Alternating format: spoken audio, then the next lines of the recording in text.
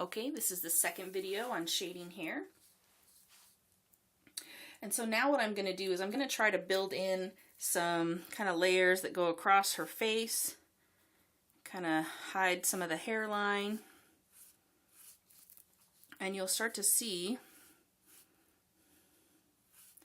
that the layers behind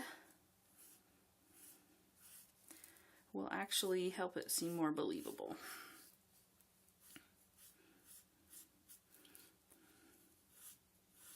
And I just keep going back and forth between that blue, or excuse me, the brown and the black. And I need to throw a little green in there because that's what her hair is looking like this time.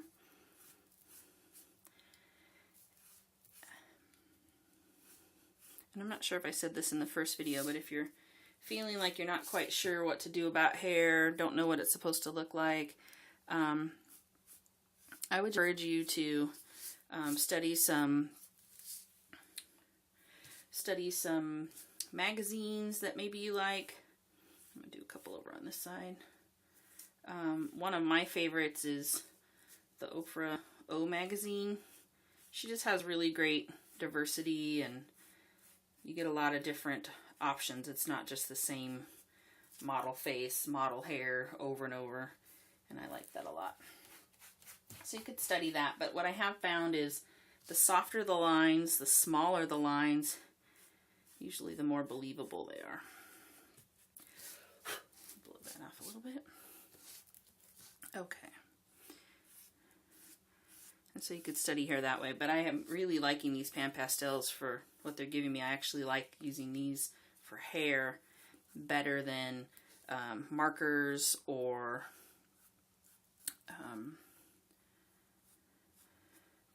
the wax pastels that I'm such a fan of. Okay. So as you can see, I have quite a bit of different colors. There's lots of layers. There are some areas where I don't quite have it blended yet, but that's okay. I actually like that because it's going to give me more layers in the final look. And then the last thing I'm going to do in the hair is take some white, and this is where I kind of wake it up. It's to kind of give it some highlighting, but it also will really help you define the flow of the hair.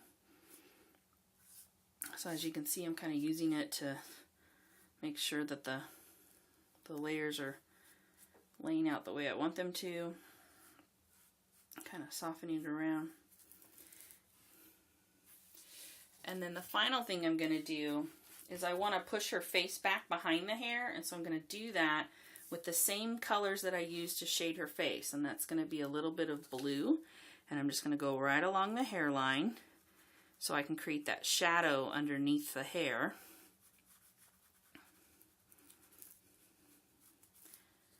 And then go all the way around wherever the hair is at, and what that does is it just kind of helps push it down a little bit. And then to get away from the blue, I am going to go back a little bit more with that brown. Kind of push it back in there. And then to make sure that there's really that separation, here's where I'm going to use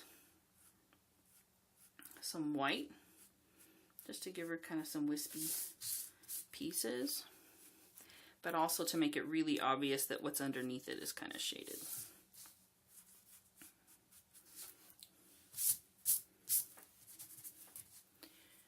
And there you go. That's how I shade hair with pan pastels. Thanks for watching.